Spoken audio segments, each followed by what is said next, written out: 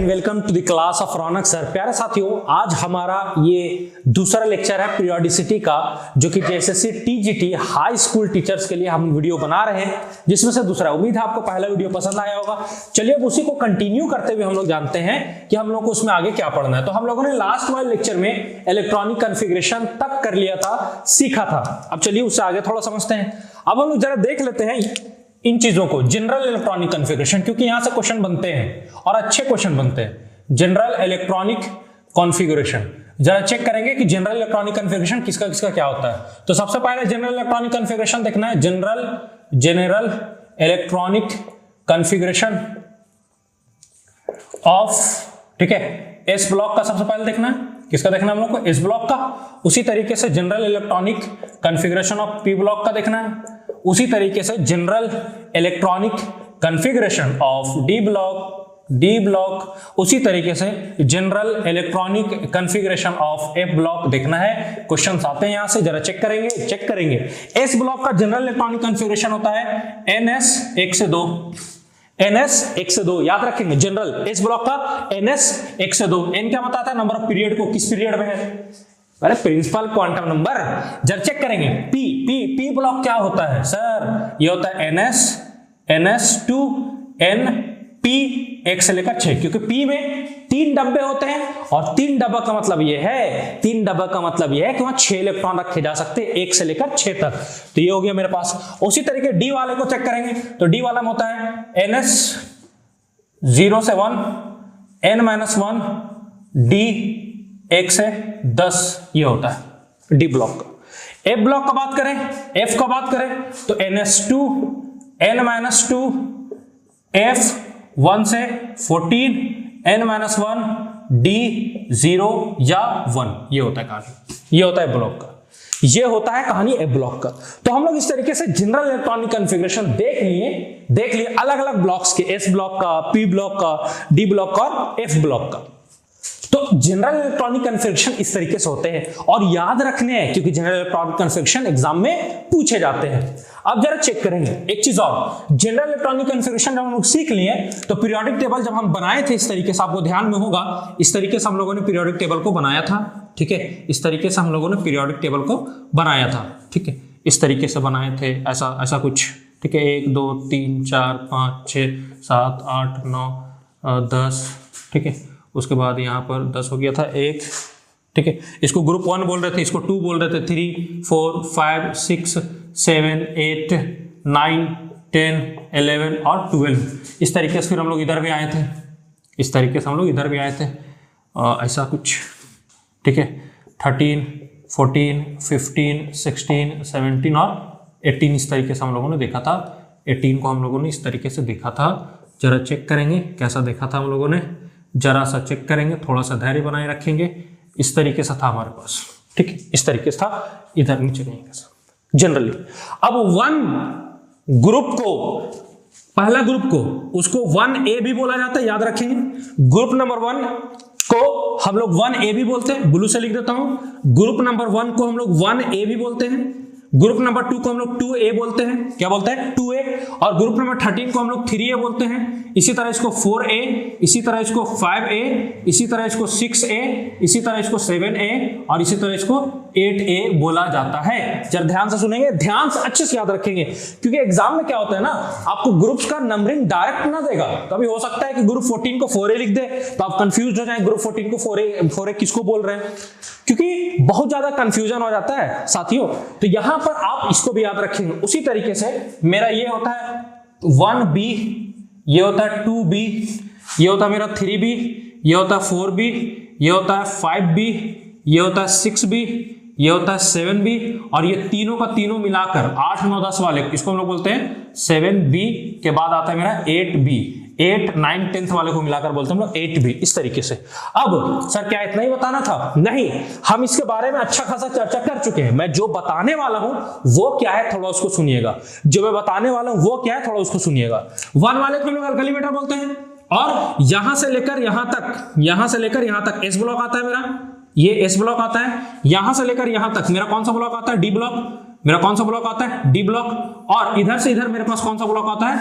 P block, P block. जरा check करेंगे कि मैं बताना क्या चाह रहा हूं। मैं बताना ये चाह रहा हूं कि हर एक ग्रुप का, ग्रुप 1 2 13 14 15 16 17 18, इनका अलग अलग अपना अपना जनरल इलेक्ट्रॉनिक कॉन्फ़िगरेशन होता है। इसको ध्यान में रखेंगे। मींस ग्रुप 1A का जनरल इलेक्ट्रॉनिक कॉन्फ़िगरेशन क्या होता है? इसका होता है 1s1, याद रखें क्या होता है 1s1, इसका होता है 1s2, ठीक है, मतलब 1 की जगह पे आप n लिखे तो ज्यादा बेहतर है। ns1 ns2, इसका इसी तरीके से होता है np1 np2, ऐसा होता है। इसका होता है np3, इसका होता है np4, इसका होता है np5 और लास्ट में इसका होता है np6। जरा चेक करेंगे, इस तरीके से होता है। और ये बहुत इंपॉर्टेंट है, आपको ध्यान में रखना, क्योंकि यहां से क्वेश्चन बहुत आसानी से आपका सॉल्व हो पाएगा। डायरेक्ट क्वेश्चन पूछे, बहुत बढ़िया। और यहां से क्वेश्चन आ चुका है, यहां से क्वेश्चन आ चुका है, मैं बताता हूं अभी क्या था क्वेश्चन। और अगर डायरेक्ट पूछ दिया तो बड़ी बढ़िया, और नहीं पूछा तो इसके मदद से दूसरा क्वेश्चन आसानी से सॉल्व हो जाएगा। जरा चेक करेंगे। मैं यहाँ 2 चीज और बता रहा हूं आपको, 2 चीज और। यहाँ पे देखिए मेरे पास एक P3 वाला है और एक P6 वाला है। जरा चेक करेंगे, एक मेरे पास P3 है, एक मेरे पास आ रहा है NP3, ठीक है, और एक मेरे पास आ रहा है NP6। जरा इसको चेक कीजिए, NP3 वाले में जो आते हैं, मैं कल भी बता चुका हूं, इसको निक्टोजेन बोलते हैं। क्या बोलते हैं? निक्टोजेन। इसको चाल्कोजेन, इसको हेलोजेंस, और इसको क्या बोलते हैं? Noble gases. इस तरीके से। तो जरा चेक करेंगे, NP3 वाले जो होते हैं, NP3, P में 3 डब्बा होता है, बना लीजिए। P में 3 ऑर्बिटल होते हैं, मींस 3 डब्बे होते हैं, बना लीजिए। और 3 इलेक्ट्रॉन है तो भरिए। इलेक्ट्रॉन भरने का सिंपल सा नियम है कि एक एक सबको देना है, उसका बच जाए तो फिर रिपीट करना है, पेयरिंग शुरू करना है। तो एक एक पहले दे लीजिए, एक 3 ही तो था, तीनों को दिए। और इसका अगर लिखें तो इसका भी इसी तरीके से होगा। P है तो 3 डब्बा होगा दोस्त, और 6 है 1 2 3, 3 हो गया। अगला पेयरिंग शुरू करेंगे 4 5 6, इस तरीके से। जरा चेक कीजिएगा, P3 सभी डब्बा में अगर एक एक इलेक्ट्रॉन आ जाए, सब ऑर्बिटल में अगर एक एक इलेक्ट्रॉन आ जाए, तो this condition is known as half filled condition. क्या बोलते हैं इसको हम लोग? Half filled. और हाफ फील्ड इसको कहा जाता है। और हाफ फील्ड वाले क्या होते हैं? स्टेबल इलेक्ट्रॉनिक कॉन्फ़िगरेशन माने जाते हैं। और ये स्टेबिलिटी के कारण अभी बहुत सारी चीजों में आपको तकलीफ दिक्कत देंगे। आयोनाइजेशन एंथैल्पी आप पढ़ेंगे, वहां पे इनका आयोनाइजेशन एंथैल्पी ज्यादा हो जाएगा, क्योंकि half field stable electronic configuration माना जाता है। उसी तरीके से ये देखिए, जब हर एक डब्बा में 2-2 इलेक्ट्रॉन का पेयरिंग हो जाए, क्योंकि 2 से ज्यादा एक डब्बा में रह नहीं सकता है, सारा का सारा डब्बा फुल्ली फिल्ड हो जाए, मींस सारे डब्बे में 2-2 इलेक्ट्रॉन्स आ जाए, तो इसको हम लोग बोलते हैं फुल्ली फिल्ड। क्या बोलते हैं इसको हम लोग? Fully filled electronic configuration. और ये फुल्ली फिल्ड इलेक्ट्रॉनिक कॉन्फ़िगरेशन काफी ज्यादा स्टेबल होते हैं, वेरी स्टेबल, बहुत ज्यादा स्टेबल होते हैं दोस्त। ये इतना ज्यादा स्टेबल होता है ना कि ना तो इलेक्ट्रॉन को अब ये दे सकता है, ना तो इलेक्ट्रॉन को ले सकता है। आपने केमिस्ट्री जब पढ़ना शुरू किया, बचपन से ही क्लास 9th में लोग पढ़ते हैं कि कोई भी एलिमेंट अपना ऑक्टेट को पूरा करना चाहता है अपनी जिंदगी में मस्त रहने के लिए। फॉर एग्जांपल, मैं आपका एग्जांपल ले लेता हूं। आप जो एग्जाम का तैयारी कर रहे हैं, गवर्नमेंट जॉब जो लेना चाह रहे हैं, क्यों? ताकि आपका ऑक्टेट पूरा हो जाए, मींस आप जिंदगी में स्टेबल हो जाए, और स्टेबिलिटी की तरफ आप जाने के लिए एग्जाम का तैयारी कर रहे हैं। और हमारे इस यूट्यूब चैनल से वीडियोस को देख रहे हैं, सब्सक्राइब कर दिए। चलिए टॉपिक पे आते हैं, ठीक है। तो अगर आप स्टेबिलिटी की तरफ जाना चाह रहे हैं, अगर आप स्टेबल होना चाह रहे हैं, तो आपके लिए स्टेबिलिटी क्या मायने रखता है? गवर्नमेंट जॉब है तो आप स्टेबल अपने आप को मानिएगा। उसी तरीके से अगर एलिमेंट्स के पास अपना पूरा का पूरा फुल्ली फिल्ड है तो बहुत ज्यादा स्टेबल होते हैं। और अगर बहुत ज्यादा स्टेबल है तो फिर वो किसी का मुंह नहीं लगेंगे। मुंह नहीं लगने का मतलब, ना तो ये इलेक्ट्रॉन किसी को देंगे, ना तो किसी से इलेक्ट्रॉन लेंगे, ना तो देंगे ना तो लेंगे। और जब ऐसा करेंगे तो इनको कहा जाएगा फिर इनर्ट किसको बोलते हैं? इनर्ट का मतलब यह है कि ना तो वो किसी के साथ मुंह लग रहा है, ना तो किसी को कुछ बोल रहा है, और कोई उसको बोल रहा है तो कोई जवाब भी नहीं दे रहा। That is inert. तो ये इनर्ट है, इसीलिए इनका नाम पड़ा इनर्ट गैसेस। तो इनर्ट गैसेस क्या होते हैं? बहुत ज्यादा, ये क्या होते हैं? इसको इनर्ट हो गए। इनर्ट का मतलब वेरी लेस रिएक्टिव, या फिर नॉन रिएक्टिव कह सकते हैं इसको हम लोग। नॉन रिएक्टिव, ये रिएक्टिव है ये नहीं है। और याद रखिएगा यहां से क्वेश्चन पूछे भी जा चुके हैं, ये भी लगभग इनर्ट होते हैं, ये भी लगभग इनर्ट होते हैं क्योंकि बहुत ज्यादा स्टेबल तो होते नहीं है इसके मुकाबले में। हालांकि दोनों को देखा जाए दोनों बहुत ज्यादा स्टेबल होते हैं, लेकिन इन दोनों में कंपैरिजन करा ले तो NP6 ज्यादा स्टेबल होता है NP3 से। तो ये कहानी था। तो नोबल गैसेस को जो नॉन रिएक्टिव बनाते हैं उसका सिंपल सा रीजन है, रीजन क्या है? फुल्ली फिल्ड इलेक्ट्रॉनिक कॉन्फ़िगरेशन, क्योंकि इनके पास स्टेबल इलेक्ट्रॉनिक कॉन्फ़िगरेशन होता है, सारे का सारा डब्बा भरे होते हैं, सबका सब पेयरिंग में होता है। ये कहानी था।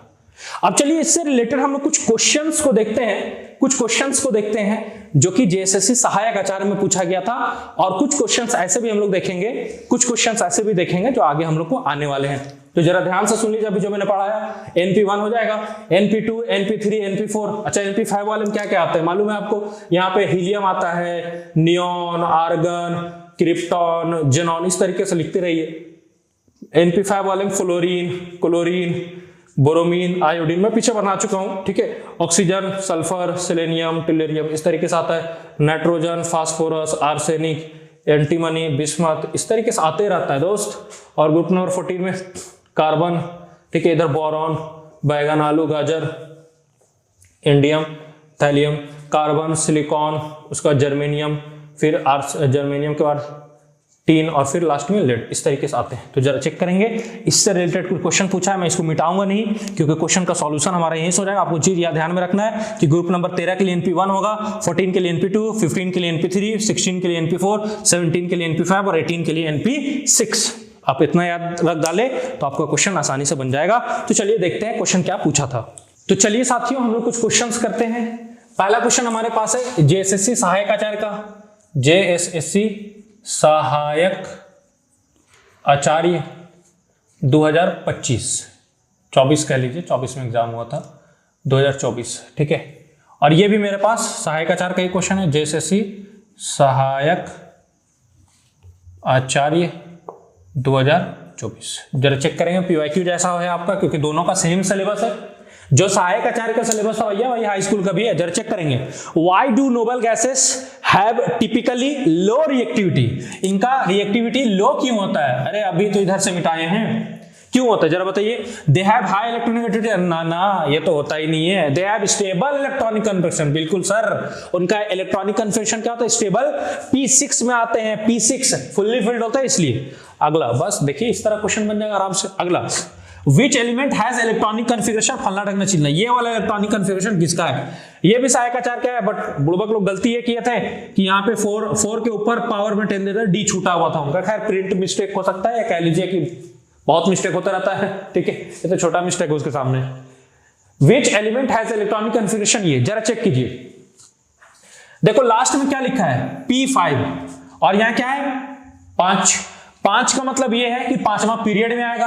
और आपको मैं याद कराया हूं, इस तरीके से याद कर लीजिए, helium, neon, argon, krypton, xenon, radon, इस तरीके से। ये पहला, ये दूसरा, ये तीसरा, ये चौथा, ये 5वां, ये 6ठा। जरा चेक करेंगे, आयोडीन है, जेनॉन है, ब्रोमीन है, थैलियम है। P5 किसका हो सकता है? P5 जो होगा वो ग्रुप 17 का होगा, और ग्रुप 17 में आते हैं हेलोजन्स। ग्रुप 17 में आते हैं हेलोजन्स, तो ये हेलोजन है, ये भी हेलोजन है, बट ये और ये तो हेलोजन नहीं है भैया।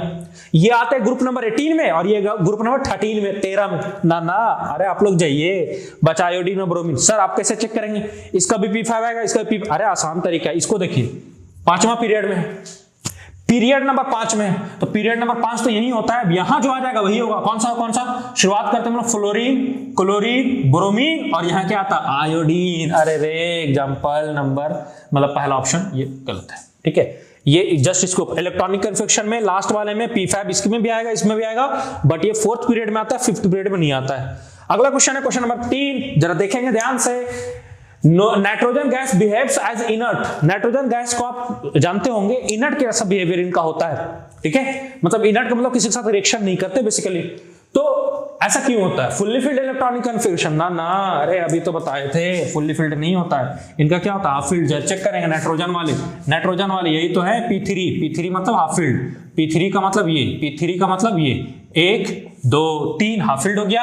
हाफ फील्ड होने के चक्कर में ये इनर्ट के जैसा बिहेवियर अपना शो करते हैं। तो इस तरीके से हमारे पास कुछ क्वेश्चंस भी थे जिसको हम लोगों ने किया। अब हम लोग इसके आगे देखने का कोशिश करते हैं, चलिए देखते हैं। तो चलिए साथियों, अब हम लोग ये देखते हैं अगला टॉपिक में हमारा कि हम किसी भी एलिमेंट का ग्रुप नंबर, ठीक है, पीरियड नंबर, किस पीरियड से आता है, किस ग्रुप से आता है और किस ब्लॉक से बिलोंग करता है, कैसे निकालेंगे, जरा इसको देखते हैं आसान तरीके से। जरा चेक करें, इसमें हम लोग 2 केस बना के चल रहे हैं, जरा इत्मीनान से सुनेंगे।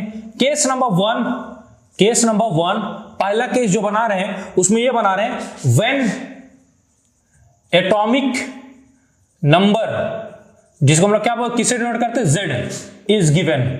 जब एटॉमिक नंबर दिया हो, जब एटॉमिक नंबर दिया हो, क्या दिया हो, एटॉमिक नंबर। कुछ बातों का ध्यान रखिएगा, आसानी से बन जाएगा। जब एटॉमिक नंबर दिया हो तो पहला बात ध्यान रखिए, अगर एटॉमिक नंबर 57 से लेकर 71 तक दिया है, 57 से लेकर 71 तक दिया है, तो क्या क्या याद रखना है, पहला तो ये लेंथेनाइड्स कहलाएंगे, लेंथेनाइड्स कहलाएंगे, लेंथेनाइड्स कहलाएंगे, पहले बता चुके आप लोगों को, लेंथेनाइड्स कराएंगे। इलेक्ट्रॉन जो भरा जाएगा 4f में भरा जाएगा, बट सर हमको क्या बात करना है, ग्रुप, पीरियड और ब्लॉक, ठीक है भैया। एक चीज तो क्लियर है, ब्लॉक का आएगा, ये किसमें आएगा, एफ ब्लॉक में। और एफ ब्लॉक वाले का ग्रुप नंबर तो फिक्स है, ग्रुप नंबर तो फिक्स है, इनका ग्रुप नंबर जो होता है वो क्लियर है कि 3 ही होता है। ग्रुप नंबर क्या होता है, 3। ग्रुप नंबर क्या होता है, 3।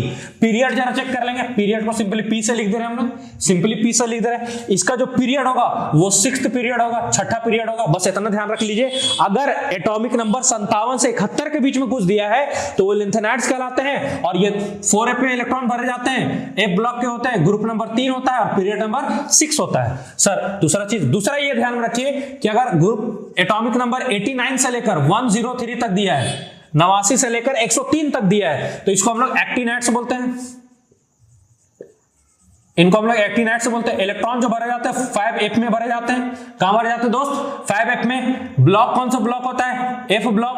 ग्रुप नंबर जो होता है इसका भी 3 ही होता है, ग्रुप नंबर इसका भी कितना होता है, 3, और इनका जो पीरियड होता है वो 7वां पीरियड होता है। ग्रुप नंबर कितना होता है, f block, group number 3, period number 7 और 5f में इलेक्ट्रॉन भरा जाता है, और नाम क्या बोलते हैं इसको हम लोग, एक्टिनाइड्स। क्या बोलते हैं साथियों, एक्टिनाइड्स। तीसरा जरा ध्यान रखेंगे, तीसरा ध्यान, व्हेन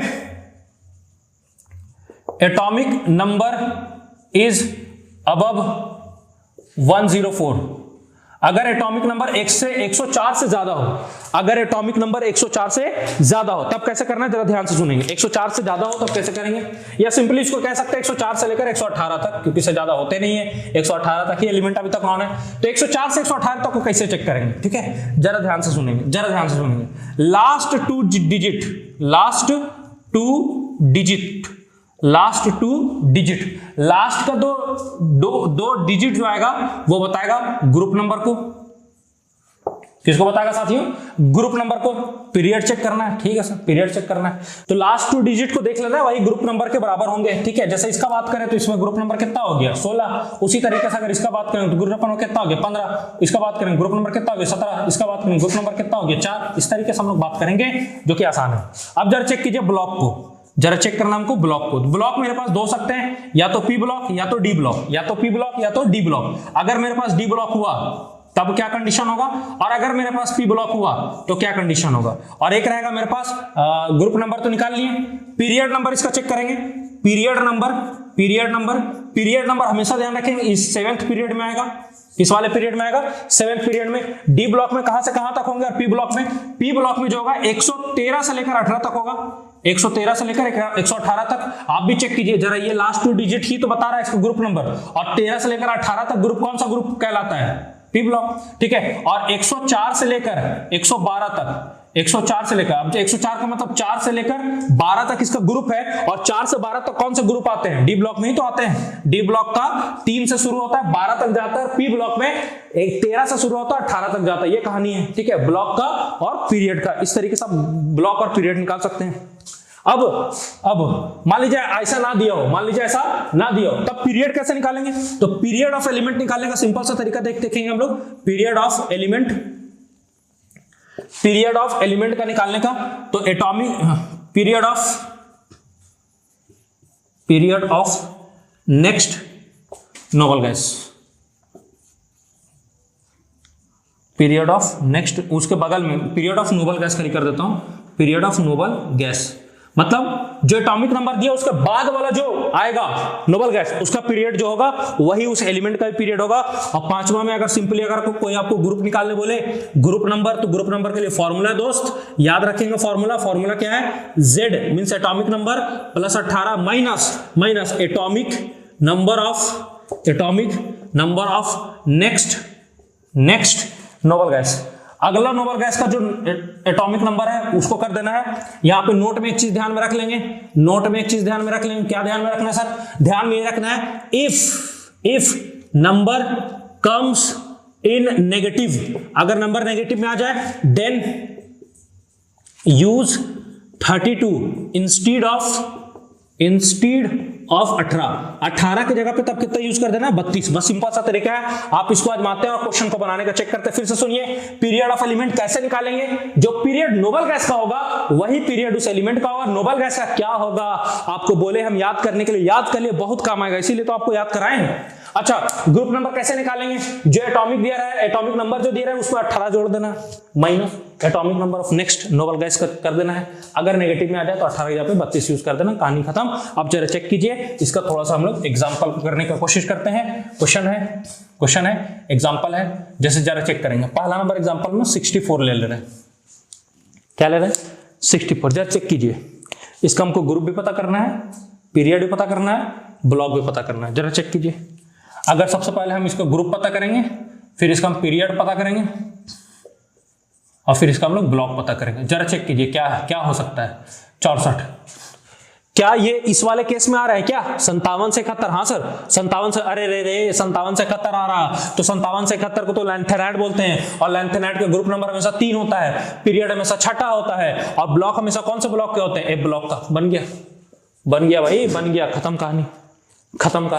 जरा दूसरा चेक करेंगे, दूसरा नंबर 56 को जरा चेक करते हैं, क्या है? 56 को जरा चेक करते हैं, तो 56 क्या 57 से 71 के बीच में आता है? ना, 89 से 103, ना, ये सब तो हुआ नहीं। तब कैसे निकालेंगे? क्या 104 से 118 कहानी है? नहीं। तब कैसे निकालेंगे? तब यहां से कहानी चलेगा, तब हम लोग यहां से कहानी चलेंगे। अब 56 है तो पीरियड देखिए, 56 जब है तो सबसे पहले इधर लिख लीजिए helium, neon, argon, krypton, xenon, radon, इस तरीके से होगा। इसका होता है 2, 10, 18, 36, 54, 86, इस तरीके से होता है। ये होता है पहला पीरियड में, दूसरा पीरियड में, तीसरा, चौथा, पांचवा, छठा। सबसे पहले हमको क्या पता करना है? इसका ग्रुप पता करना है, फिर हमको इसका पीरियड पता करना है, फिर हमको इसका ब्लॉक पता करना है। जरा चेक करते हैं, पता करते हैं। सबसे पहले 56 है, ठीक है, ठीक। 56 किस नोबल गैस के बाद आएगा? सो बताइए, किस नोबल गैस के बाद आएगा? मेरे हिसाब से 54 के बाद आना चाहिए। और अगर ये लास्ट में है 54, ग्रुप नंबर 18 में होते हैं सबसे लास्ट में, तो 54 के बाद 55 जो आएगा अगला पीरियड में चला जाएगा, तो 56 भी तो अगला ही में जाएगा। तो 54 के बाद 56 मतलब पांचवा में ये हो नहीं सकता, किस में जाएगा? छठा में, क्योंकि पांचवा तक जो लास्ट एटॉमिक नंबर है वो 54 है। अगला जो एटॉमिक नंबर आएगा वो पांचवा पीरियड से निकल कर छठा पीरियड में शुरू होगा। तो 54 के बाद जो आएंगे वो 56 में जाएंगे, छठा पीरियड में जाएंगे। तो 54 के बाद मेरे पास कितना है? 56। तो 56 वाला का पीरियड नंबर कितना होगा? छठा पीरियड हो जाएगा। ठीक है सर, निकाल दें। ग्रुप कैसे निकालते हैं? फॉर्मूला यहाँ पे Z + 18, Z का मतलब ये एटॉमिक नंबर 56 प्लस में कितना रहेगा? 18 माइनस ग्रुप क्या लेना है? नेक्स्ट एटॉमिक नंबर, इसका जो होगा नेक्स्ट क्या होगा? इसके बाद 56 के बाद कौन सा आएगा? 56 के पहले आएगा 54, बाद में क्या आएगा? 86। इसको रख दिए, सॉल्व कीजिए, आसानी से निकल जाएगा। जोड़ दीजिए 8, 6, 14 के 4, हाथ में 1, 5, 6 और 1, 7, 74 माइनस 86। अरे सर ये तो नेगेटिव में चला जाएगा। नेगेटिव में चला जाएगा, तब क्या बताए हैं सर? इस 18 जगह पे कितना ले लेना है? 32 ले लेना है। 18 जगह पे कितना लेना है? 32। अब जोड़ो 6, 2, 8, 5, 3, 8, 88 माइनस 86 कितना आ जाएगा? 2। मतलब कितना ग्रुप का होगा? सेकंड ग्रुप का होगा। ये कौन सा ग्रुप का होगा? सेकंड ग्रुप का होगा। क्यों 32 लिए? 18 क्यों नहीं लिए? क्योंकि जब जोड़ रहे थे वो चीज किस में आ रहा था? नेगेटिव में। तो फॉर्मूला में चेंज कर देना है। कब चेंज कर देना है? कब चेंज कर देना है? इस वाले फॉर्मूला में कब चेंज कर देना है दोस्त? इस वाले में फॉर्मूला में कब चेंज कर देना है? जब नंबर किस में आ जाए? नेगेटिव में। तो 18 की जगह पे कितना रख दो? 32 आ जाएगा। ब्लॉक चेक कीजिए, ब्लॉक चेक कीजिए। अच्छा, सेकेंड ग्रुप का आ रहा, ग्रुप का अभी मैं बताया, पहला ग्रुप, दूसरा ग्रुप एस ब्लॉक से बिलोंग करता है, तीसरा से लेकर 12 तक डी ब्लॉक में बिलोंग करता है और 13 से लेकर 18 तक पी ब्लॉक वाले होते हैं। तो जरा चेक कीजिए कौन सा ग्रुप है, सेकंड ग्रुप है, तो जाहिर सी बात है कौन सा ब्लॉक में होगा, एस ब्लॉक में। कहानी खत्म। एस ब्लॉक में दो ही ग्रुप होता है, ग्रुप 1 और ग्रुप 2, ग्रुप 1 और ग्रुप 2। और पी वाले में क्या होते हैं 3 4 5 6, सॉरी डी वाले में क्या होता है 3 4 5 6 7 8 9 10 11 12। पी वाले में क्या होता है 13 14 15 16 17 18, इस तरीके से होते हैं। एक और एग्जांपल ले लेते हैं, 46 नहीं, इसको आप अपना फेवरेट 45 लीजिए। जर चेक करते इसमें क्या क्या होगा। सबसे पहले इसमें हमको इसको ग्रुप निकालना है, फिर इसमें हमको इसका पीरियड निकालना है, फिर हमको इसमें इसका ब्लॉक खोजना है। जरा चेक करते क्या होगा। 45 है, कितना है 45। पीरियड देखिए, पीरियड एटॉमिक नंबर जो है 45 किस वाले के बाद आएगा, मेरे हिसाब से 36 के बाद आएगा। तो 36 कौन सा पीरियड में आ रहा, चौथा पीरियड में, और 36 के बाद आएगा तो वो 5वां पीरियड शुरू हो जाएगा दोस्त। और 36 के बाद आएगा पीरियड नंबर कितना हो जाएगा 5, पीरियड नंबर कितना हो जाएगा 5। ग्रुप जरा चेक करें, ग्रुप कैसे निकलता है 45 plus 18 minus next atomic number, next atomic number कितना है 54, जोड़ जोड़ घटा कर लिया 8 5 13 के 3, हाथ में 1 4 5 और 1 6, 63 माइनस 54, और 63 में 54 घटा दीजिए, 63 में 54 घटा दिए तो 6 3 9 बच जाएगा 9, तो ग्रुप नंबर 9 में आ रहा। अब जरा चेक कीजिए ग्रुप नंबर 9 ठहरता कहाँ है, ठहरता कहाँ है। एस ब्लॉक में पहला ग्रुप, दूसरा ग्रुप, डी ब्लॉक में तीसरा से लेकर 12, पी ब्लॉक में 13 से लेकर 18, कितना आ रहा 9, कहां जाएगा डी ब्लॉक में, क्योंकि डी में कहां से कहां तक होते हैं दोस्त, डी में कहां से कहां तक होते हैं, तीसरा से लेकर कहां तक होते हैं, तीसरा से लेकर कहां तक होते हैं, अरे बता दो 12 तक होते हैं। इस तरीके से हम लोग जब एटॉमिक नंबर दिया हो तो कैसे ग्रुप निकालेंगे, कैसे पीरियड निकालेंगे, कैसे ब्लॉक निकालेंगे, ये सारा कुछ हम लोग सीख चुके हैं। आप घर में प्रैक्टिस के लिए कुछ और मैं एग्जांपल लिख दे रहा हूं, आप घर में उसको अच्छे से ट्राई कर सकते हैं। 87 और कमेंट करके जरूर बता देंगे। तो चौथा और पांचवा का आंसर क्या होगा, 87 के बाद आप ले लिए 35, उसी तरीके से आप ले लिए 53, और उसी तरीके से आप ले लीजिए 107, उसी तरीके से आप ले लिए 112। इस तरीके से आप बना सकते हैं घर में प्रैक्टिस के लिए। तो हम लोग आगे देखते हैं केस नंबर 2, जब एटॉमिक नंबर ना देके इलेक्ट्रॉनिक कॉन्फ़िगरेशन दे दे तो कैसे निकालते हैं। तो जरा देखते हैं उसको हम लोग। तो प्यारे साथियों अब हम लोग केस नंबर 2 देखते हैं। केस नंबर 2 में क्या हो, जब इलेक्ट्रॉनिक कॉन्फ़िगरेशन आपको दिया गया हो तब कैसे निकालेंगे, जरा चेक करेंगे। When electronic configuration is given, तो सबसे पहला चीज में ध्यान रखेंगे, सबसे पहला चीज इसमें ध्यान रखेंगे कि highest value of n, highest value of n का मतलब प्रिंसिपल क्वांटम नंबर, n का मतलब प्रिंसिपल क्वांटम नंबर, वही होगा जो हाईएस्ट वैल्यू ऑफ n रहेगा, वही मेरा क्या होगा, वही मेरा होगा पीरियड नंबर, वही मेरा क्या होगा पीरियड नंबर। जो n का हाईएस्ट वैल्यू उस इलेक्ट्रॉनिक कॉन्फ़िगरेशन में दिया हो साथियों, वही मेरा क्या हो जाएगा पीरियड नंबर। जो n का हाईएस्ट वैल्यू रहेगा वो मेरा क्या हो जाएगा पीरियड नंबर। अब जरा दूसरा पॉइंट सुनेंगे। सर दूसरा पॉइंट क्या है, दूसरा पॉइंट जरा चेक करेंगे। If np electrons are present, if np electrons are present, तो अगर np इलेक्ट्रॉन प्रेजेंट है, ठीक है, ध्यान से सुनिएगा, ऑलवेज p ब्लॉक, हमेशा का हमेशा वो p ब्लॉक में होगा। अगर np इलेक्ट्रॉन्स प्रेजेंट है तो हमेशा का हमेशा वो किस में बिलोंग करेगा, कहां बिलोंग करेगा p ब्लॉक में, कहां बिलोंग करेगा p ब्लॉक में। और एक चीज और याद रखेंगे, इसके लिए जो ग्रुप निकाला जाएगा, पीरियड तो निकाल लेंगे, n का वैल्यू देख के, n का वैल्यू जो हाईएस्ट रहेगा वही ग्रुप निकाल जाएगा, 12 प्लस np इलेक्ट्रॉन्स, ठीक है, 12 प्लस np इलेक्ट्रॉन्स, ठीक है। जरा चेक करेंगे ग्रुप कैसे निकाला जाएगा, 12 प्लस np इलेक्ट्रॉन, जितने np इलेक्ट्रॉन्स होंगे उसमें 12 जोड़ देना है। जैसे एक एग्जांपल चेक करें हम लोग, जैसे एक एग्जांपल चेक करें, पहला नंबर एग्जांपल हम लोग चेक करें, हीलियम, हीलियम नहीं नियॉन लिख लीजिए, नियॉन 3s2 3p2, इस तरीके से 3s2 3p2। जरा चेक कीजिए क्या p में इलेक्ट्रॉन्स प्रेजेंट है, जी सर, तो क्या होगा इसमें चेक करना है, क्या ग्रुप नंबर चेक करना है, उसके बाद क्या चेक करना है, पीरियड चेक करना है, ठीक है सर। और पीरियड के बाद क्या चेक करना है, पीरियड के बाद क्या चेक करना है, पीरियड के बाद हमको चेक करना है ब्लॉक। तो जरा चेक करते हैं क्या क्या है, जरा चेक कीजिए, क्या पी में इलेक्ट्रॉन्स प्रेजेंट है, जी सर, पी ब्लॉक का होगा, खत्म कहानी, खत्म, बात यही खत्म। अगर पी में लास्ट वाला इलेक्ट्रॉन प्रेजेंट है, खत्म। एन का हाईएस्ट वैल्यू हमको तो 3 ही नजर आ रहा, तो पीरियड में मेरा कितना हो जाएगा 3। ग्रुप नंबर कैसे निकालेंगे, 12 plus np electrons, np electrons कितने हैं 12 प्लस 2 कितना 14, कहानी खत्म। इस तरीके से निकाल देना दोस्त, कितना भारी चीज है, इस तरीके से निकाल देंगे। अच्छा तीसरा नंबर जरा चेक करेंगे, if ns electrons are present, अगर ns इलेक्ट्रॉन प्रेजेंट है, ध्यान से सुनिएगा, अगर ns s वाले में इलेक्ट्रॉन प्रेजेंट है, ठीक है, तो भैया इसके लिए कंडीशन है, जरा चेक करें उस कंडीशन को। तो यहां पे एक कंडीशन है, क्या सर कंडीशन, यहाँ पे कंडीशन है, क्या कंडीशन है? कंडीशन ये है कि इसमें ना तो np और and nd n-1d n-1d electrons should not be present, should not be present. अगर s में इलेक्ट्रॉन है तो ना तो इलेक्ट्रॉन p में होना चाहिए ना n-1d में होना चाहिए। और याद रखिएगा मैं जो np और n-1d बोल रहा हूं वो n के मैक्सिमम वैल्यू के लिए बोल रहा हूं, ठीक है, वो n के मैक्सिमम वैल्यू के लिए जिससे हमारा पीरियड निकलेगा, और n का जो मैक्सिमम वैल्यू हाईएस्ट वैल्यू रहेगा वही हमारा पीरियड नंबर हो जाएगा। अगर np इलेक्ट्रॉन्स प्रेजेंट है तो हमेशा p ब्लॉक में होगा। ग्रुप कैसे निकाल लेंगे? 12 प्लस np इलेक्ट्रॉन जो प्रेजेंट है वो। अगर ns इलेक्ट्रॉन प्रेजेंट है सिर्फ और सिर्फ ns में ही है, उसके अलावा नहीं है, उसके अलावा नहीं है, तो वो मेरा किस में, ना तो p में होना चाहिए ना तो d में, वो क्या हो जाएंगे s में। और जरा यहां एक चीज और ध्यान रखेंगे, एक चीज और, अगर ns1 है तो ग्रुप नंबर 1 में हो जाएगा, ग्रुप नंबर फर्स्ट में। अगर ns2 है तो ग्रुप नंबर सेकंड में हो जाएगा,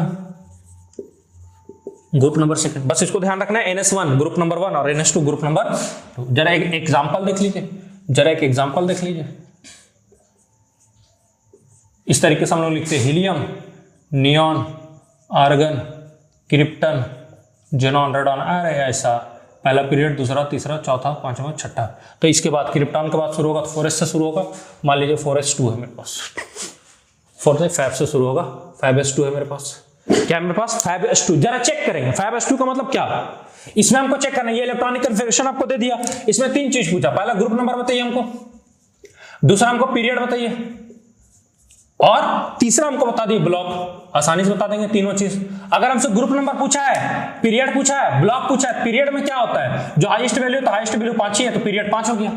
ग्रुप नंबर कैसे निकालेंगे जरा उसके लिए चेक करते हैं। पहले तो ये चेक कीजिए कि किस ब्लॉक में, एस ब्लॉक में है कि नहीं है। एस ब्लॉक के लिए ना तो np इलेक्ट्रॉन्स होने चाहिए ना तो n-d, कुछ नहीं है यहाँ पे, सिर्फ एस वाले इलेक्ट्रॉन्स है, तो एस ब्लॉक का तो होगा ही होगा। अगर एस ब्लॉक में तो 2 ही ग्रुप हो सकते हैं, या तो ग्रुप नंबर 1 या तो ग्रुप नंबर 2। ग्रुप नंबर 1 कब होगा? जब ns1 हो, और ग्रुप नंबर 2 क्या होगा? जब ns2 हो। यहाँ तो ns2 नजर आ रहा तो ग्रुप नंबर 2 हो जाएगा। कहानी खत्म, खत्म, कहानी खत्म।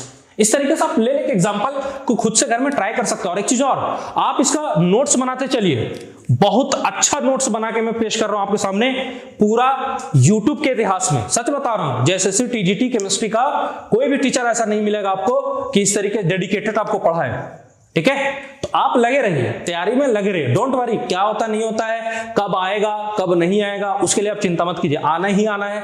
आप अपना तैयारी को 100% रखिए, ताकि ऐसा ना हो कि जब एग्जाम आए तो आपके पास तैयारी कुछ हो ही ना।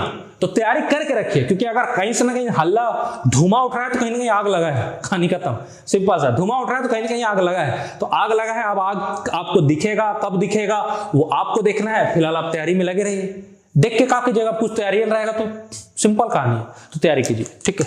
आगे आइए, एक और पॉइंट।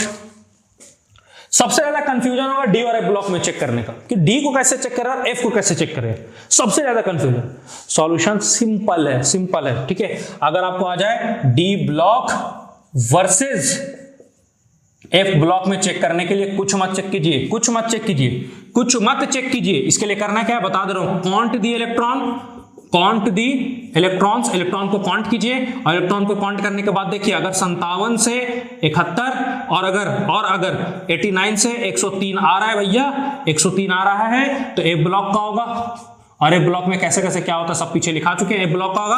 अदरवाइज ऐसा नहीं आता है, अदरवाइज अगर ये नहीं आता है तो डी ब्लॉक, खत्म कहानी। अगर ऐसा नहीं आता है तो कौन सा ब्लॉक में जाएगा? डी ब्लॉक, कहानी खत्म। अगर ऐसा नहीं आता तो कौन सा ब्लॉक में जाएगा? D block. बस इतना ही तो कहानी था दोस्त, जिसको आपको करना है, बनाना है। खूब सारा क्वेश्चन प्रैक्टिस कीजिए। जरा इसका एक एग्जांपल देख लेते हैं।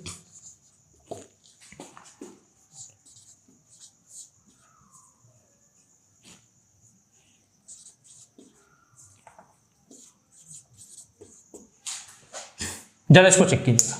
Argon 4s2 3d5, argon 4s2 3d5। जरा इसको चेक कीजिए। सर इसका कैसे होगा, बनाते हैं। सबसे पहले हाईएस्ट वैल्यू ऑफ n देखिए, ठीक है। सबसे पहले हम निकालेंगे ग्रुप नंबर निकालना, पीरियड निकालना और क्या निकालना है? ब्लॉक। जरा चेक कीजिए, जरा चेक कीजिए। और अगर डी ब्लॉक है तो डी ब्लॉक के याद रखेंगे, इसके लिए जो ग्रुप निकाल जाएगा, ग्रुप नंबर जो होगा वो 2 प्लस nd इलेक्ट्रॉन्स होंगे, n-1d इलेक्ट्रॉन्स, n-1d इलेक्ट्रॉन्स होंगे। बस इसको याद रख ले, कहानी बन जाएगा। ठीक है, तो पीरियड देख लिए, हाईएस्ट वैल्यू 4 है, पीरियड 4 खत्म। ग्रुप नंबर चेक कर लिए, कैसे चेक करते हैं, पहले ये चेक कर लिए ब्लॉक कौन सा है, ठीक है, चेक कीजिए। इसका 18 होता है, 18 2 20 और 5 25, क्या इसके बीच में आ रहा है, नहीं आ रहा। तो जब भैया जाहिर सी बात है इसके बीच में नहीं आ रहा तो डी ब्लॉक होगा। और डी ब्लॉक में कैसे निकालते हैं, 2 प्लस एनडी इलेक्ट्रॉन 5 5 और 2 7, सातवां ग्रुप का होगा। इस तरीके से आप चेक कर सकते हैं आसानी से। अगर इसके बीच में आ जाए तो ए ब्लॉक का होगा, बाद बाकी सब डी ब्लॉक का। तो ये कहानी था हम लोग कि कैसे ग्रुप नंबर को चेक किया जाए, कैसे क्या किया जाए, हम लोग आसानी से एकदम तोड़ते फोड़ते निकल चुके हैं। अब थोड़ा सा हम लोग आगे चीजों को देखते हैं। अब यहां से जो हमारा कहानी चलेगा, अब हम लोग स्क्रीनिंग इफेक्ट देखेंगे, जिसको शील्डिंग इफेक्ट बोलते हैं, फिर उसका जेड इफेक्टिव का कहानी सुनेंगे, साइज का कहानी, उसके बाद हम लोग फिर आगे बढ़ते जाएंगे। तो चलिए इतना तक हम लोग पढ़ लें, अब इसका आगे का देखते हैं। तो हम लोग अगला टॉपिक की तरफ बढ़ते हैं, जरा देखते हैं अगला टॉपिक क्या, बड़ा मजेदार और सुंदर सा टॉपिक है, जरा उस टॉपिक को देखते हैं। अगला जो टॉपिक है हमारा वो है स्क्रीनिंग इफेक्ट, या इसी को हम लोग बोलते हैं शील्डिंग इफेक्ट। क्या बोलते हैं इसको हम लोग, शील्डिंग इफेक्ट। इसी से हमारा निकल कर आएगा जेड इफेक्टिव, जिसको इफेक्टिव न्यूक्लियर चार्ज बोलते हैं। समझिए क्या होता है, समझिए इसका डेफिनेशन पहले मैं लिखाता हूं, उसके बाद समझाता हूं कि आखिर होता क्या है। कहता है the amount of repulsion, the amount of repulsion observed by the outermost electron from inner electron is called shielding effect। उसको हम लोग क्या बोलते हैं, शील्डिंग इफेक्ट। नहीं समझ में आएगा कोई बात नहीं, समझाते हैं अभी, तो खाली डेफिनेशन लिख देते हैं, समझाते हैं। जरा चेक कीजिए, हम एक एटम बना रहे हैं, ये मेरा न्यूक्लियस है जिसमें प्रोटॉन होते हैं, पॉजिटिवली चार्ज न्यूक्लियस सभी को मालूम है।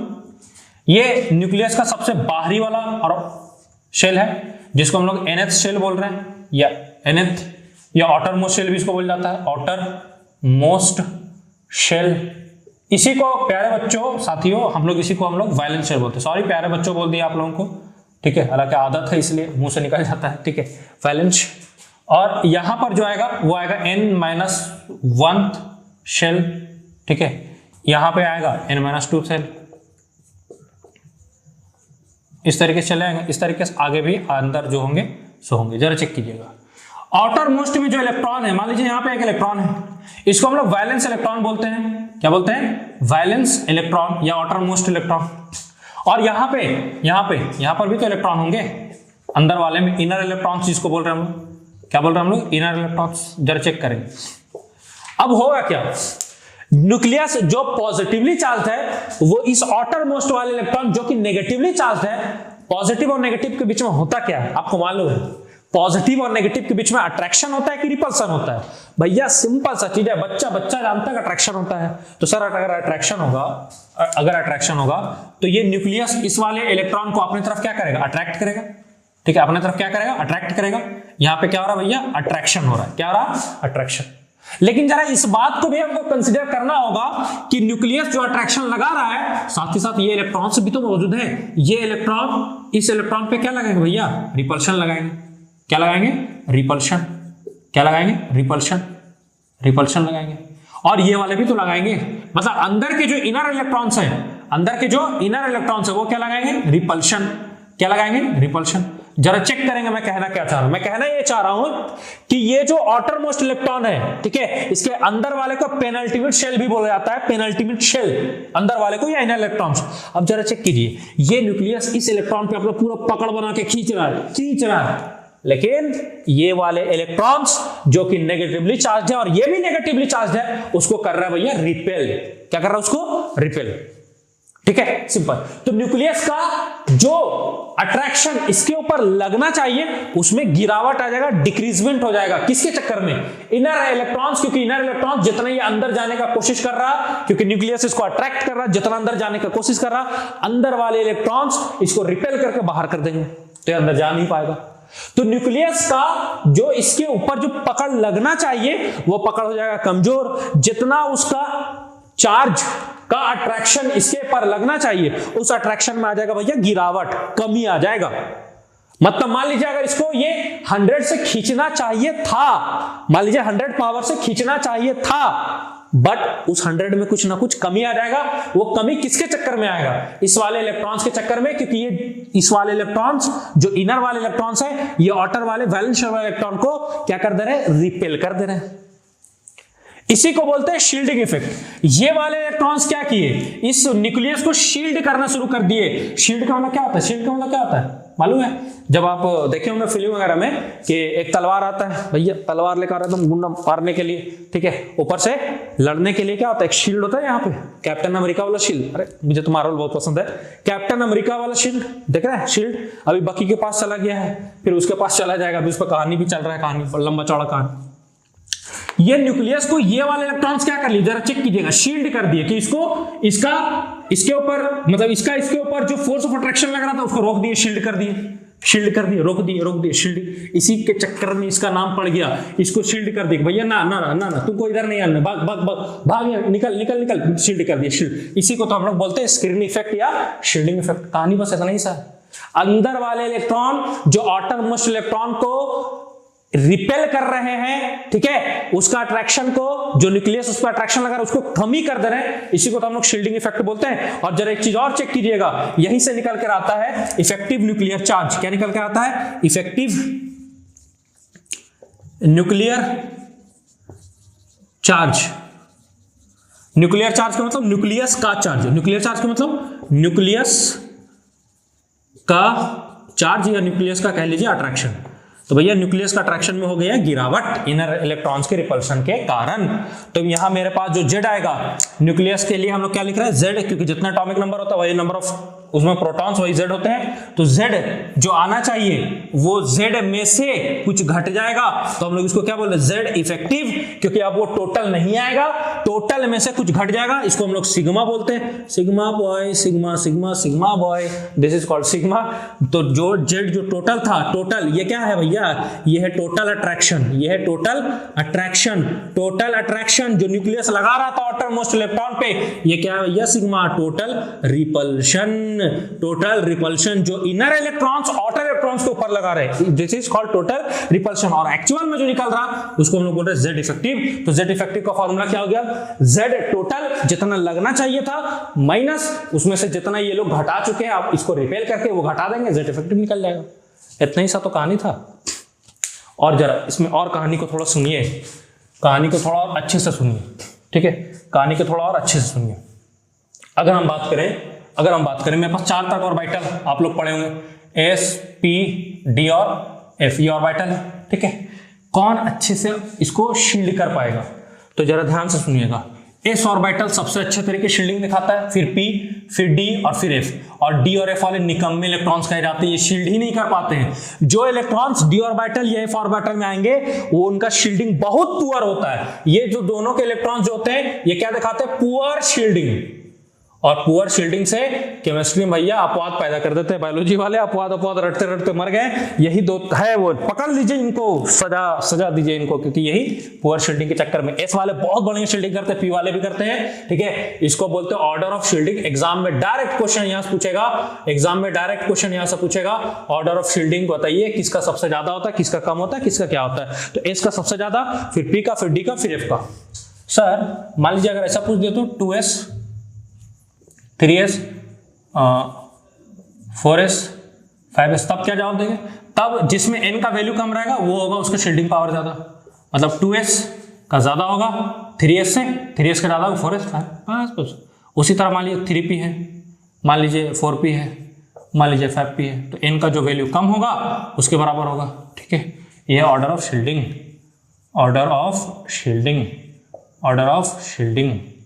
कहानी खत्म। ये भी ऑर्डर ऑफ शील्डिंग है। जरा चेक करेंगे इस तरीके से, अगर सेम में पूछ दिया तो जिसमें n का वैल्यू कम उसका शील्डिंग पावर ज्यादा, जिसमें n का वैल्यू कम उसका शील्डिंग पावर ज्यादा। और अगर ऐसा पूछ दिया तो s का सबसे ज्यादा होता है P, D, F से। एक चीज और इंपॉर्टेंट, क्या बताना चाह रहे सर? जरा चेक करेंगे इन अ पीरियड, अगर एक पीरियड में हम Z इफेक्टिव को जरा चर्चा करें,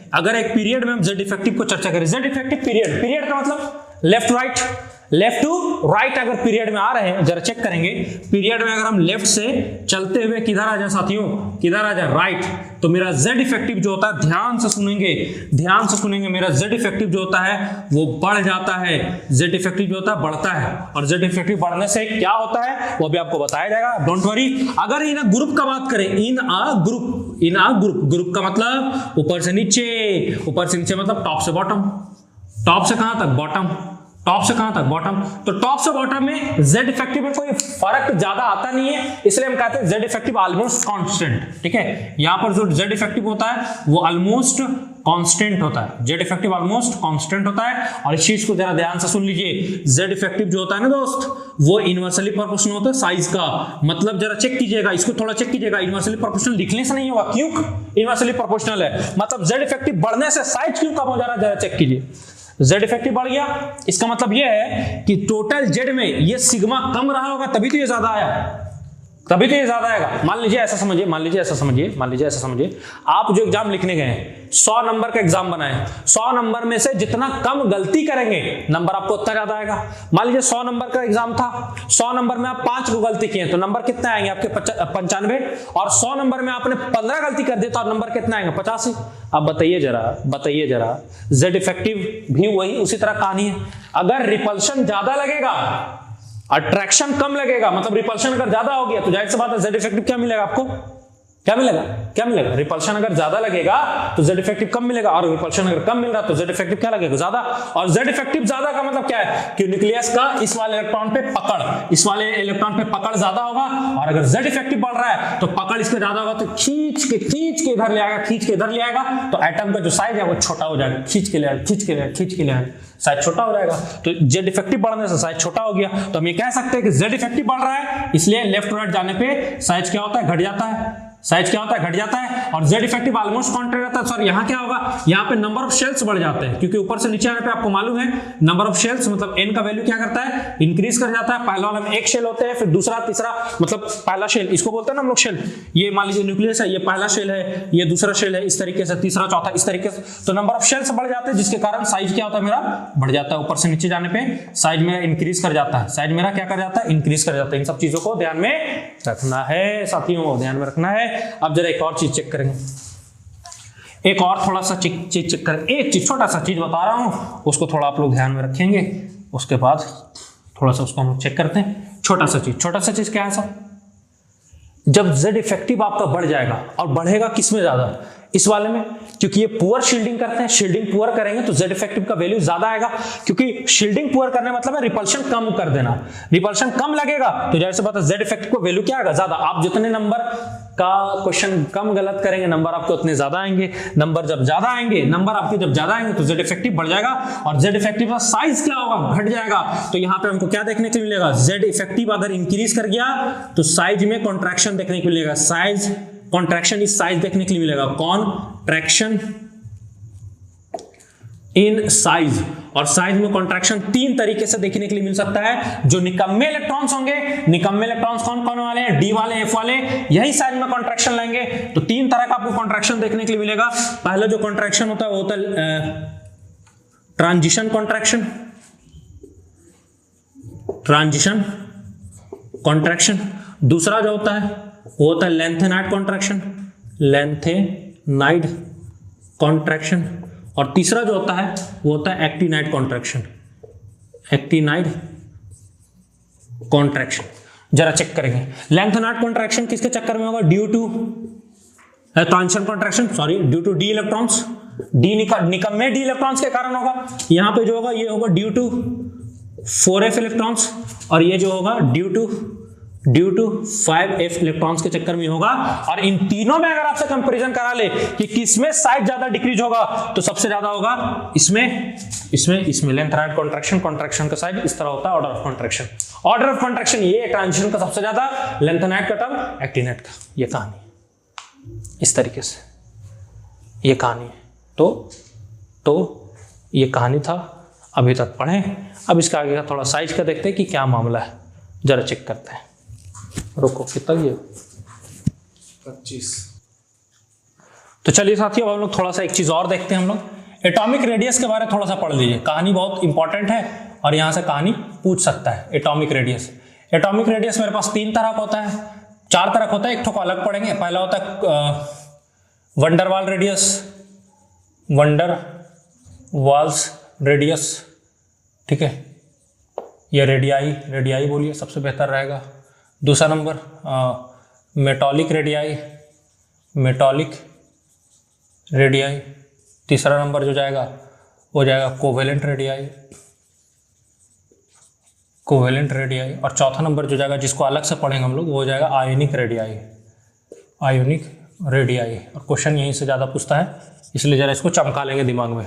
तो जरा चेक करते हैं वंडरवाल रेडियाई हो क्या है। क्या वंडर वाल रेडियाई, देखिए वंडरवाल रेडियाई पहला चीज तो नोबल गैसेस में पाए जाते हैं। और ये होता कैसे है, एक एटम है और ये दूसरा एटम है, इसका न्यूक्लियस इसका न्यूक्लियस, इन दोनों न्यूक्लियस के बीच का जो डिस्टेंस है जिसको हम लोग d/2 कर लेंगे तो एक एटम का रेडियस निकले। पहले एटॉमिक रेडियस को समझते हैं होता क्या है। एटम का रेडियस, किसी भी एटम का रेडियस, उसको हम लोग एटॉमिक रेडियस बोलते हैं। अब ये जो एटॉमिक रेडियस होता है ना दोस्त, एटॉमिक रेडियस जो होता है ना, इसको हमेशा कैलकुलेट किया जाता है, calculated in bonded state.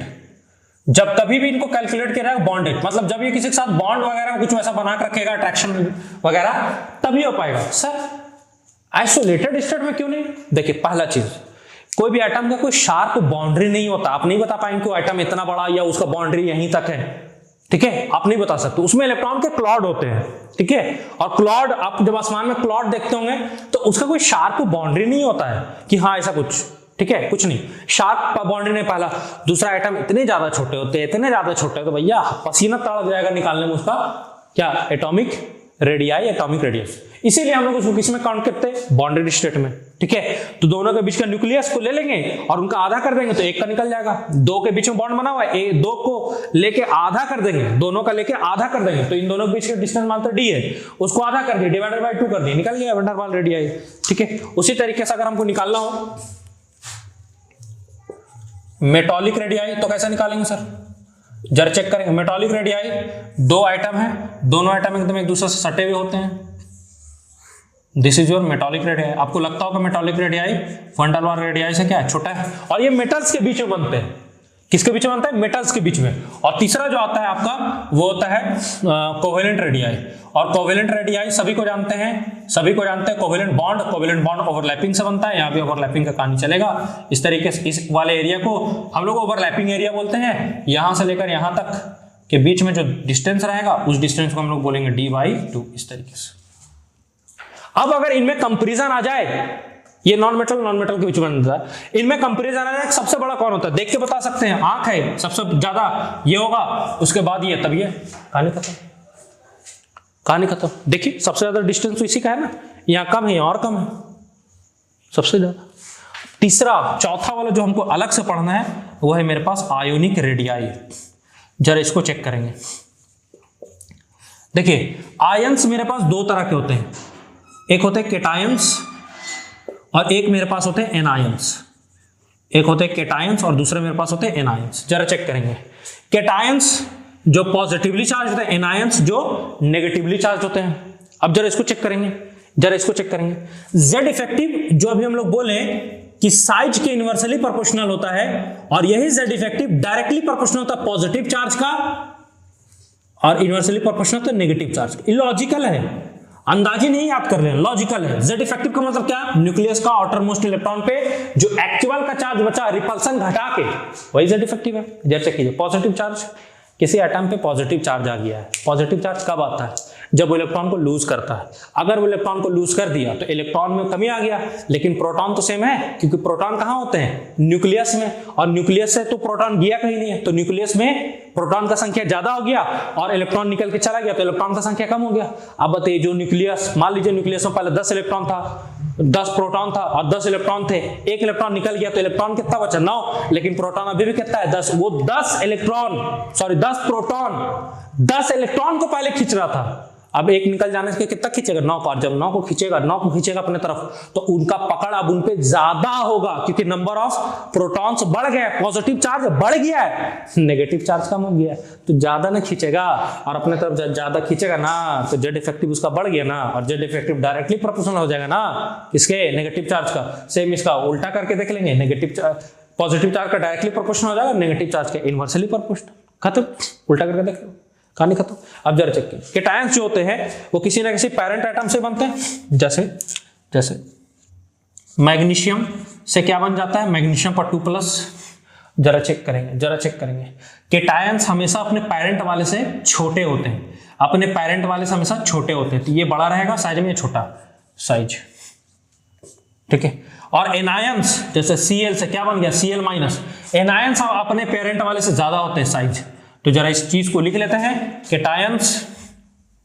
Cations are always smaller than their parent atom या एलिमेंट जो कह लीजिए, ठीक है। और एनायंस जरा चेक करेंगे, anions are always larger then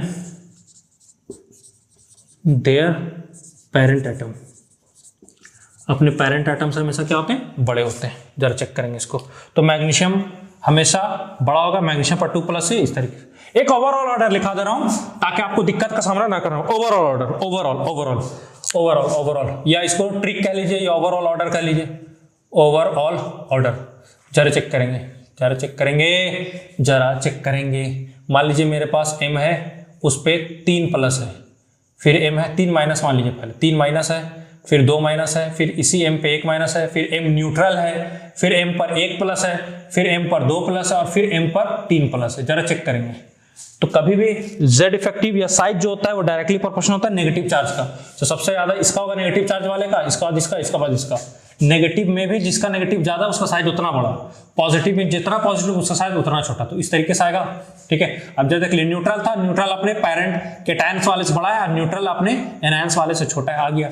याद रखेंगे, जितना ज्यादा पॉजिटिव चार्ज होगा साइज उसका उतना कम हो जाएगा, और जितना ज्यादा नेगेटिव चार्ज होगा साइज उसका उतना ज्यादा हो जाएगा। जरा चेक करेंगे कुछ एग्जांपल, और इसी एग्जांपल से आपके क्वेश्चन भी पूछे जाएंगे, जरा एग्जांपल चेक कीजिएगा। n पर 3-, O पर 2-, F पर -,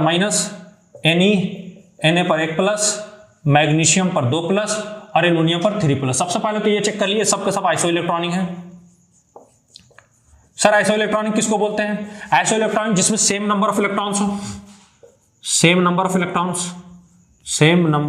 इलेक्ट्रॉन्स हो। सर कैसे सेम है, नियॉन से शुरू करते हैं, कितना होता है इसका एटॉमिक नंबर 10, ठीक है। सोडियम का कितना होता है 11, एक दे चुका है, कितना बचा 10। मैग्नीशियम का कितना होता है 12, 2 दे चुका है, 2 देने के बाद पॉजिटिव चार्ज आया है, कितना बचा 10। एल्युमिनियम 13, 3 दे चुका है, कितना बचा 10। फ्लोरीन का 9 होता है, एक नेगेटिव चार्ज है, मतलब एक किसी से लिया है तो 9 के बाद हो गया 10। ऑक्सीजन पे 2- 8 होता है, 2 किसी से ले चुका है तो 10। नाइट्रोजन 7 होता है, 3 किसी से ले लिया 10। तो सबके सब आइसो इलेक्ट्रॉनिक हुए क्योंकि सब में सेम नंबर ऑफ इलेक्ट्रॉन्स है। इनका साइज का ऑर्डर बताना है, सिंपल है, जितना नेगेटिव चार्ज उतना बड़ा साइज, जितना पॉजिटिव चार्ज उतना छोटा साइज। ये हो गया साइज का ऑर्डर, खत्म, साइज का ऑर्डर हो गया खत्म। उसी तरीके से अब साइज का ऑर्डर बताएंगे, O2-, Cl-,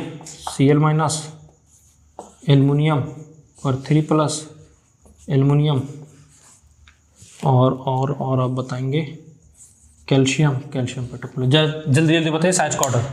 नेगेटिव चार्ज वाला है बड़ा होगा, नेगेटिव चार्ज वाला है बड़ा होगा, पॉजिटिव चार्ज है छोटा होगा, सॉरी उल्टा, छोटा होगा। ये पॉजिटिव चार्ज है तो ये इधर बड़ा होगा। ये हो गया साइज का ऑर्डर ऑफ साइज।